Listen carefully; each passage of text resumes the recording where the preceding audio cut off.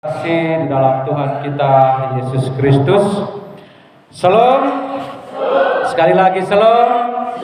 Ya, seperti biasa Bapak Mama saling bersalaman dan katakan damai sejahtera bagimu. Ya, Bapak Mama selamat ya, bukan ramas tangan ya, selamat ya. Dan sampai kamu salah ramas orang pun tangan ya. Apalagi tidak berpasangan. Ya, Bapak Mama yang terkasih, menurut Bapak Mama, anak itu berkat atau anak itu beban? Saya ulang.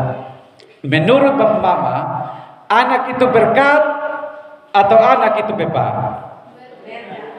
Ya, semua rata-rata bilang anak itu berkat. Tetapi ada juga yang bisa mengatakan bahwa anak itu beban. Anak hanya baru satu misalnya, tidak dapat diurus dengan baik. Hanya tiap hari baku cakar saja, baku pakalai terus. Hanya kehadiran anak. Karena bilang, betul kita ada anak, maka kita sudah tidak bebas lagi. Pesta di mana-mana kita sekarang sudah tidak bisa gas lagi. Karena ini anak, ini siapa yang jaga, siapa yang rawat. Jadi semua serba salah. Tetapi 100% kita harus katakan bahwa anak itu adalah berkat dari Tuhan. Bapak Mama yang terkasih dalam Tuhan, hari ini dalam renungan kita dalam Keluaran 2 ayat 1 sampai dengan 10. Di bawah tema keluarga Allah, keluarga yang melindungi anak. Saya ulangi, keluarga Allah, keluarga yang melindungi anak. Bapak Mama, kehadiran seorang anak dalam keluarga itu adalah peristiwa bahagia yang dinanti-nantikan. Tidak ada orang yang bilang tidak bahagia ketika apa yang dia harapkan, apa yang dia minta melalui kehadiran anak, dia tidak senang. Pasti dia akan bahagia, dia akan senang. Karena apa yang ia gumuli, Tuhan memberi. Nah, hal ini juga sama dengan keluarga Ibrani, Bapak Mama.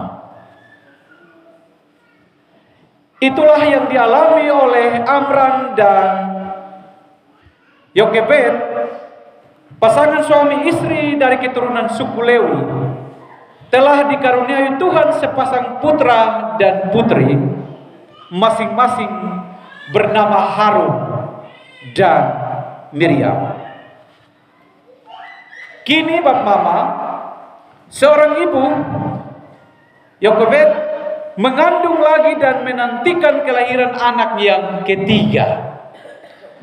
Tapi Bapak Mama sangat berbeda jauh sekali dengan anak yang ketiga. Anak yang pertama, Harun dan Miriam, mereka enjoy dengan keadaan.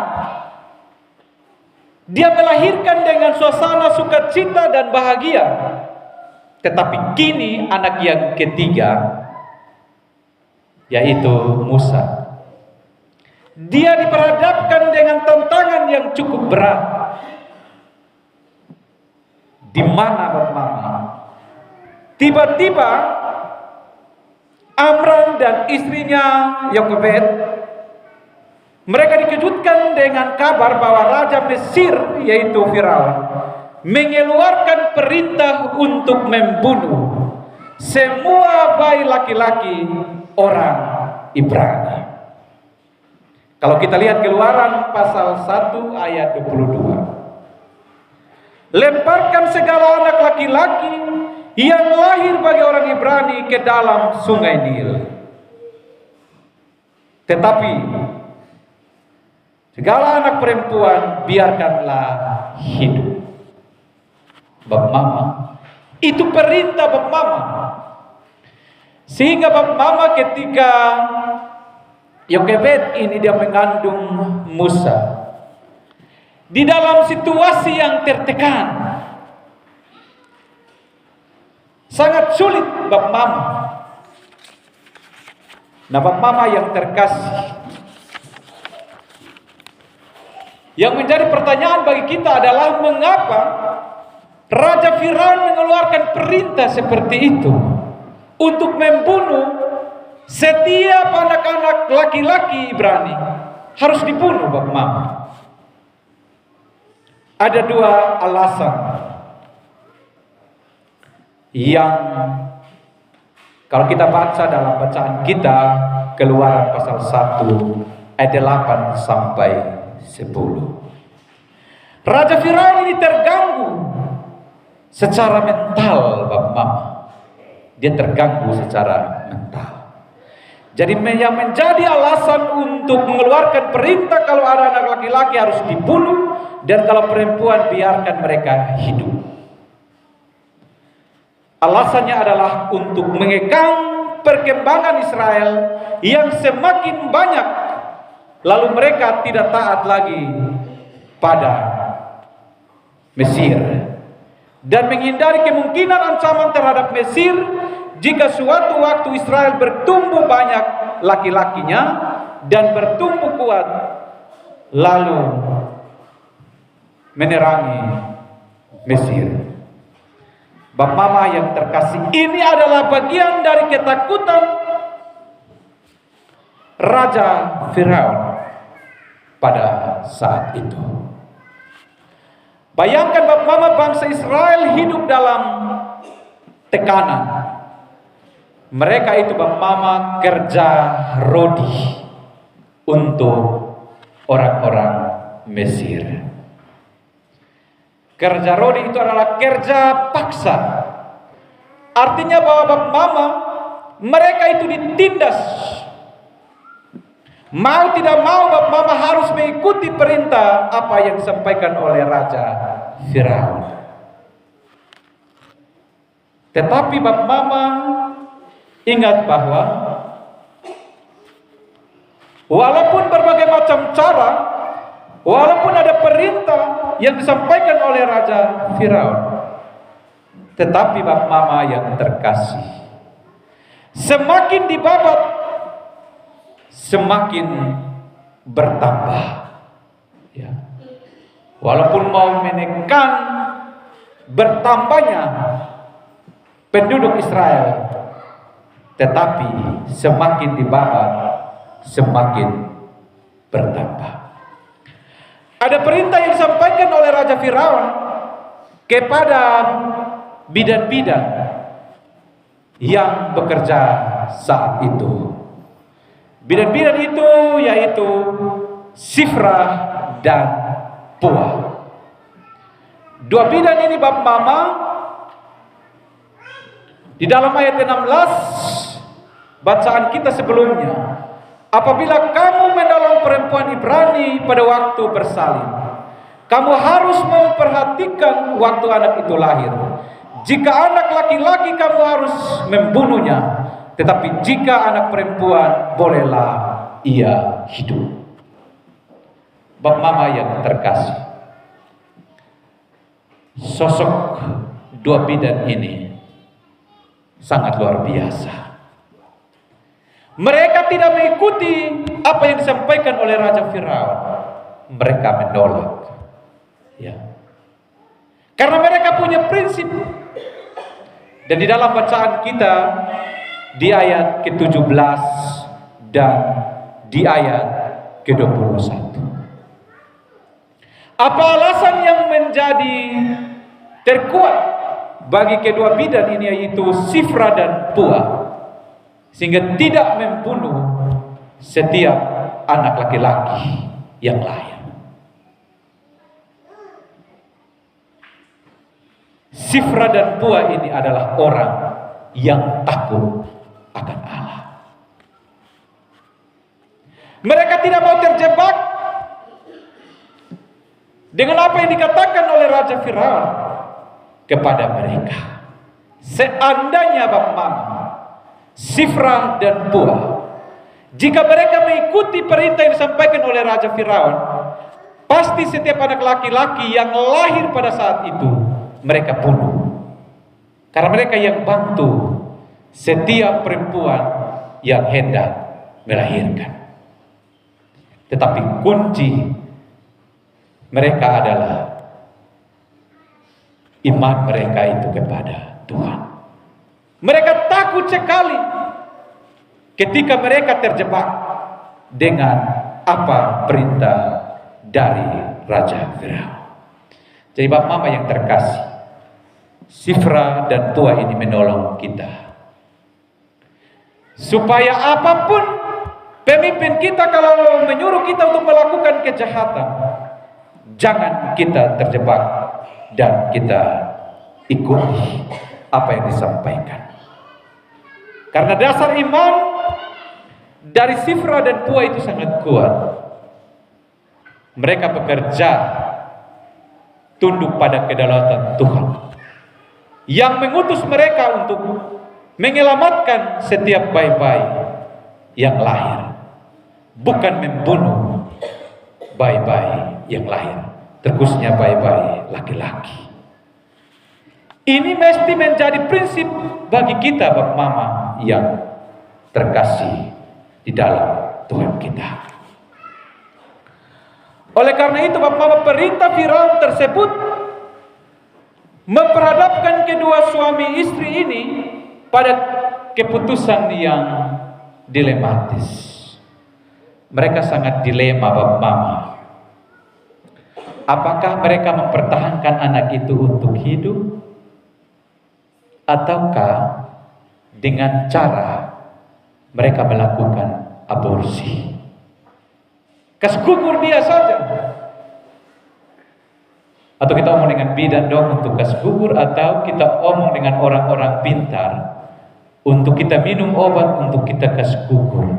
Karena dilema Bapak Mama, tidak mau ambil risiko misalnya. Tetapi Bapak Mama, dalam dilematis ini Amram dan Yokebed ini menunggu waktu Tuhan. Dan apa yang terjadi Bapak Mama? Walaupun mereka hidup dalam tekanan, tetapi mereka tidak mengambil keputusan yang tidak bijak untuk menggugurkan janin yang ada dalam kandungan Yokebed, tetapi membiarkan anak itu lahir. Bapak Mama, ini adalah keputusan yang bijak. Ini adalah keputusan yang sangat berhikmat yang diambil oleh Amram dan Yokebed. Bapak Mama yang terkasih, biasanya dalam kehidupan kita, kalau orang melakukan hubungan seksual secara gelap, lalu tiba-tiba dia hamil dan tanpa sepengetahuan orang tua, keluarga, atau misalnya dia belum menikah dan laki-laki tidak bertanggung jawab misalnya, kadang-kadang dalam dilema ini ada masalah dan ada tekanan dalam diri. Terkadang dia tidak membiarkan anak yang ada dalam kandungan sampai pada lahir. Tetapi kadang-kadang keputusan yang sangat fatal dia bisa tempuh dengan aborsi, menggugurkan anak. Menurut Bapak Mama, kalau tindakan ini kita lakukan, apakah kita berdosa atau tidak? Bapak Mama, secara diam-diam kita sudah melakukan pembunuhan terhadap anak sendiri. Secara diam-diam kita telah melakukan pembunuhan terhadap anak. Maka itu Bapak Mama yang terkasih, jika hal itu tidak disangka dan terjadi. Mungkin kita dapat penolakan di masyarakat, atau kita malu dengan harga diri kita. Tapi jangan ambil keputusan yang fatal untuk melakukan aborsi. Tetapi biarkanlah anak itu hidup, karena Tuhan yang ciptakan. Bapak Mama yang terkasih, dalam bacaan kita, Keluaran pasal 2 ayat 1 sampai 10, saya bagi menjadi 2 bagian. Yang pertama, Bapak Mama, ayat 1 sampai dengan 4, berbicara tentang bahaya-bahaya atau tantangan-tantangan yang dihadapi Musa pada waktu kelahiran dan masa kecilnya. Kita lihat Bapak Mama yang terkasih. Di ayat 1 sampai dengan 4 ini Bapak Mama, ada 3 hal usaha yang dilakukan oleh Yokebed dan Miriam kakaknya. Bapak Mama, Musa disembunyikan 3 bulan lamanya. Kalau kita perhatikan di ayat 2, Musa disembunyikan. Mereka melindungi anak yang mereka lahirkan, walaupun mereka hidup dalam ancaman. Pertanyaan bagi kita, bagaimana Musa disembunyikan? Bagaimana Musa mendapat perlindungan dalam situasi yang mencekam pada saat itu? Kita melihat Bapak Mama, seorang ibu yang bernama Yokebed dan kakaknya Miriam. Mereka melakukan perjuangan untuk melindungi Musa pada saat itu. Bayangkan Bapak Mama, mereka sembunyikan 3 bulan lamanya. Itu artinya bahwa ada kerja keras yang dilakukan oleh Yokebed bersama Miriam. Mereka merawat anak itu. Yang kedua Bapak Mama, kalau kita baca di ayat yang ketiga, diambilnya sebuah peti pandan, dipakalnya dengan gala-gala dan ter, diletakkannya bayi itu di dalamnya, dan ditaruhnya peti itu di tengah-tengah tebaran di tepi Sungai Nil. Bapak Mama yang terkasih, dalam keputusan ini Bapak Mama, bukan dalam arti Yokebed bersama dengan kakaknya Miriam tidak mengasihinya, tidak. Tetapi karena situasi dan kondisi membuat mereka harus melakukan hal itu. Tujuan mereka untuk menaruh anak itu di Sungai Nil bukan dalam arti untuk membinasakannya, tidak. Tetapi itu juga bentuk pertolongan yang mereka lakukan. Harapan mereka adalah, walaupun mereka sudah menaruh di Sungai Nil, harapan mereka adalah anak itu, bayi itu harus hidup. Itu harapan orang tua, bukan harapan yang mencelakakan atau membinasakan, tidak. Yang ketiga Bapak Mama, kakaknya Miriam berperan mengawasi keranjang yang berisikan Musa, adiknya. Bapak Mama yang terkasih, kemungkinan awalnya sebelum mereka taruh keranjang Musa di Sungai Nil itu, kakaknya Miriam ini sudah melakukan survei lokasi. Kira-kira nanti di aliran sungai ini dia mau nanti mengalir, lalu dia mau bawa adik saya ini mau ke mana. Dan kira-kira putri Firaun ini, kira-kira dia punya tempat mandi itu kira-kira di mana, dan kira-kira pada saat dan waktu di mana putri Firaun itu mandi. Ya.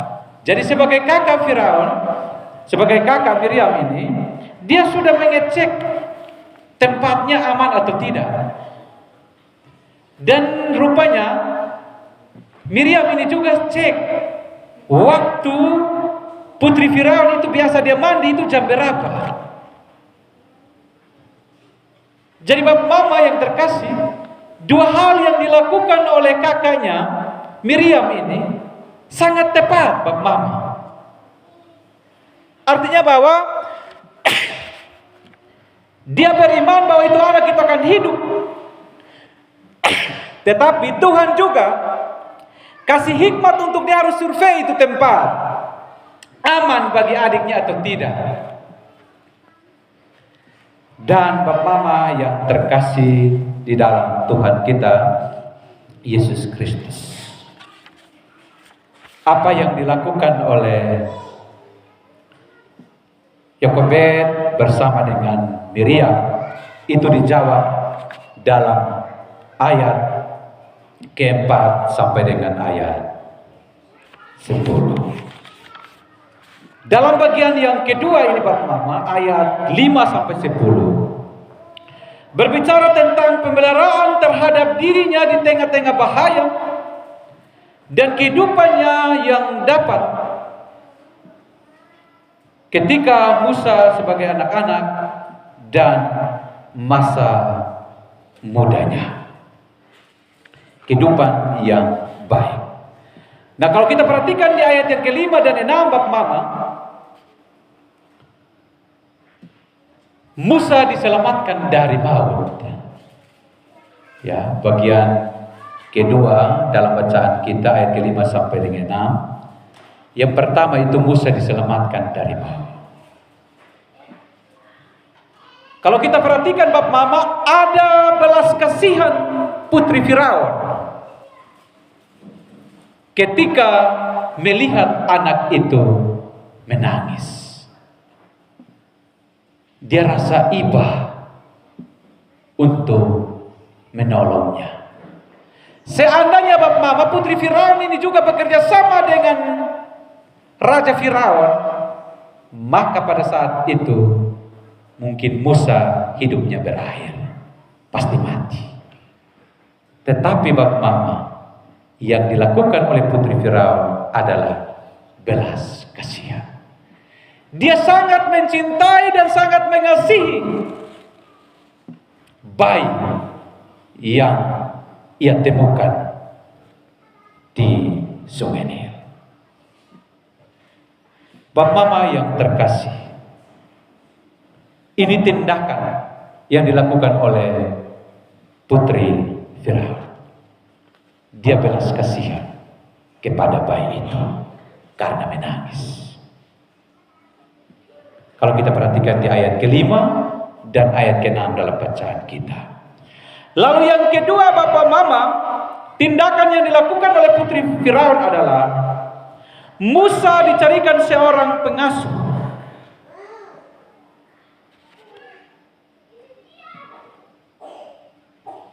Bapak Mama, Miriam ini sangat cerdik. Ia menawarkan ibunya sebagai pengasuh sehingga sangat menguntungkan si bayi, sehingga anak bisa merasakan air susu ibu. Jadi Bapak Mama ketika dalam percakapan Miriam, dia menawarkan untuk dia yang mencarikan bayi ini pengasuh, dan yang menjadi pengasuh saat itu mamanya sendiri. Artinya bahwa ada kesempatan Bapak Mama anak itu dengan mamanya.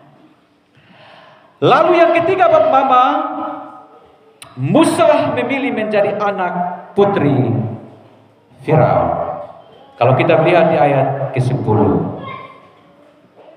Bapak Mama yang terkasih, dan Musa diberi nama Ya, diberi nama dengan Musa.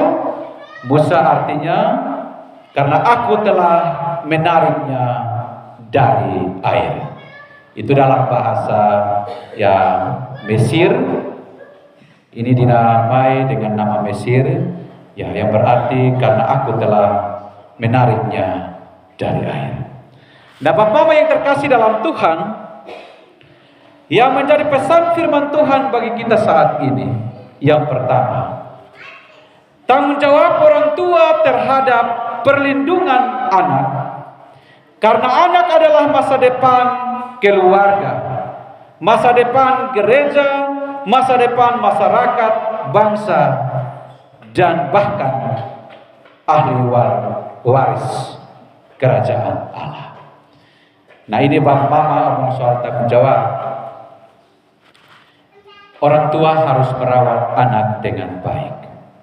Tetapi rupanya Bapak Mama, kalau misalnya di acara-acara tertentu, kadang-kadang orang tua kalau pas anaknya menangis di banyak orang, dia tidak akan belas kasihan seperti putri Firaun.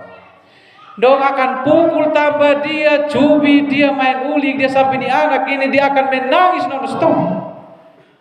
Apalagi seorang mama diposisikan dirinya bukan orang tua lagi tapi anak muda. Dia akan malu untuk menyusui dia pun anak, apalagi banyak orang. Oh, dia akan malu pas keluar dia pun tete di pas banyak orang. Betul kosong Bapak Mama. Dong malu sekali. Bapak Mama kalau sudah tua itu jangan malu. Kalau anak menangis, menyusui anak, kas keluar. Kalau tidak cari tempat. Tapi dia anak menangis, tidak, mereka tidak akan tolong memang. Tapi bagaimana mereka ramas ini anak sampai cubit-cubit sampai ini anak menangis terus. Tetapi sangat berbeda dengan putri Firaun. Dia melihat itu anak, Bapak Mama, dia tergerak untuk tolong itu anak. Nah kita, itu anak menangis, kita pukul dia lagi. Ya. Nah Bapak Mama, tanggung jawab orang tua untuk perlindungan anak ini harus kasih makan. Orang tua hanya tahu melahirkan anak, tapi kadang-kadang mama ada yang tidak mau urus anak untuk kasih makan. Dia bilang biar untuk gilir saya yang melahirkan, yang kasih makan anak-anak tetangga. Baik Bapak Mama, tapi ketika orang marah dia bilang hanya mau melahirkan, tapi tidak mau urus anak. Nah, kita jangan marah Bapak Mama. Atau Bapak Mama, dia tidak mengasihi anaknya. Sekarang ini kita berharapkan dengan ilmu teknologi ini, orang hanya mau main Facebook, tiap hari hanya berhadapan dengan TikTok, buat TikTok. Akhirnya Bapak Mama lupa masak untuk anak. Anak lapar juga biar dia menangis di situ. Yang penting main WA, kasih naik status semua. Nah itu berarti bahwa kita tidak dapat merawat anak dengan baik. Atau sebaliknya Bapak Mama, sekarang ini Bapak Mama, tantangan kita saat ini HP. Kita biarkan anak-anak itu bermain HP berhari-hari Bapak Mama. Akhirnya Bapak Mama dan nanti kecanduan. Kalau kita tidak kasih HP, dia akan menangis. Tidak kasih HP dengar musik, dia tidak akan makan memang. Jadi dia mau makan juga harus musik. Dia tidur juga harus musik. Kalau tidak ada musik, dia tidak mau makan, dia tidak mau tidur. Jadi tiba-tiba HP rusak, sudah Bapak Mama. Anak tidak mau makan, akhirnya anak sakit di rumah sakit, di puskesmas. Karena makan tanpa musik tidak ada artinya. Ya. Jadi Bapak Mama, semua itu bagus. Tetapi kalau kita tidak mengawasi dan mengontrol, maka kita terjebak dan akan menggiring kita dalam hal yang tidak baik. Bap Mama yang terkasih, selain itu Bap Mama, harus pengajaran iman dilakukan kepada anak-anak sebagai dasar, sebagai fondasi untuk masa depan mereka. Bap Mama, saya mengajak untuk membaca Ulangan pasal 6. Ulangan pasal 6 ayat 7 sampai dengan ayat 9. Semua sudah dapat? Ulangan pasal 6 ayat 7 sampai dengan ayat 9. Kita baca secara bersama-sama. 1, 2, 3. Haruslah engkau mengajarkannya berulang-ulang kepada anak-anakmu dan membicarakannya apabila engkau duduk di rumahmu, apabila engkau sedang dalam perjalanan, apabila engkau berbaring, dan apabila engkau bangun. Haruslah juga engkau mengikatkannya sebagai tanda pada tanganmu, dan haruslah itu menjadi lambang di dahimu. Dan haruslah engkau menuliskannya pada tiang pintu rumahmu dan pada pintu gerbang. Ini Bap Mama, pengajaran iman kepada anak itu sejak dini, sejak kecil. Rumah itu Bap Mama, dia bagaikan seperti sungai yang mengalir. Rumah itu adalah tempat berkat. Rumah itu adalah tempat belajar bagi orang tua dan anak-anak. Jadi rumah itu tempat pembentukan iman bagi anak-anak kita. Kalau kita mau anak kita baik dan masa depannya baik ke depan, Bapak Mama, rumah itu menjadi tempat berkat untuk kita wariskan iman kepada anak-anak. Dan rumah kita Bapak Mama, jangan sampai kita jadikan tempat permusuhan, sehingga suami dia tidak nyaman, dia pergi tetangga baru dia nyaman. Anak-anak tidak nyaman lagi di rumah karena mama suka bakalai. Ya, kita jadikan rumah kita menjadi tempat berkat bagi suami, bagi anak-anak, bagi istri, dan bagi keluarga kita. Yang kedua Bapak Mama, di tengah masa kesukaran besar, sungguh baik untuk kita mengandalkan pemeliharaan Allah. Bapak Mama yang terkasih, dalam kesukaran seperti yang dialami oleh Yokebed bersama Amran dan Harun dan Miriam, mereka menyadari bahwa ada tangan Tuhan yang melindungi. Mereka tidak sendiri, tetapi Tuhan melindungi mereka. Oleh karena itu Bapak Mama, di bulan keluarga ini kita tidak pernah terlepas dari dinamika kehidupan, dari kesukaran, dari tantangan dalam keluarga. Pasti tantangan itu selalu ada. Tetapi belajar dari kehidupan Yokebed, Miriam untuk mengandalkan pemeliharaan Allah dalam hidup. Yang ketiga, yang terakhir Bapak Mama yang terkasih, Allah memilih Musa dan mempersiapkannya untuk melakukan perkara yang besar.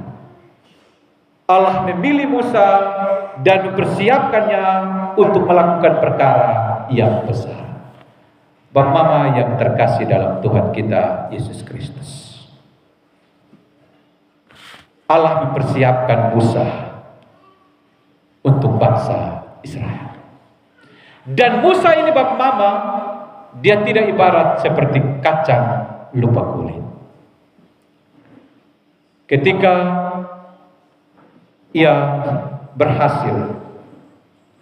Dia tidak melupakan bangsanya, yaitu bangsa Israel. Ketika ia menjadi pemimpin Bapak Mama, juga tidak pernah terlepas dari tantangan. Menghadapi Raja Firaun adalah orang yang tegar tengkuk. Itu bukan hal yang mudah. Itu bukan hal yang gampang. Kalau kita baca di pasal-pasal selanjutnya itu Bapak Mama, ada 10 tulah yang diberikan kepada Raja Firaun. Dan berakhir 10 tulah itu Bapak Mama. Di situ baru dia sadar, dia mengakui kemahakuasaan Tuhan. Tapi Tuhan juga memberi hikmat kepada Musa untuk sabar menghadapi Raja Firaun. Oleh karena itu Bapak Mama, dalam bulan keluarga ini, pasti anak-anak kita ada yang nakal juga, ada yang keras kepala juga kalau orang tua nasihat. Tetapi ingat Bapak Mama, seperti Musa juga ketika menghadapi Firaun, orang yang sangat keras kepala, tetapi kita diberi hikmat oleh Tuhan untuk terus berulang-ulang mendidik anak kita.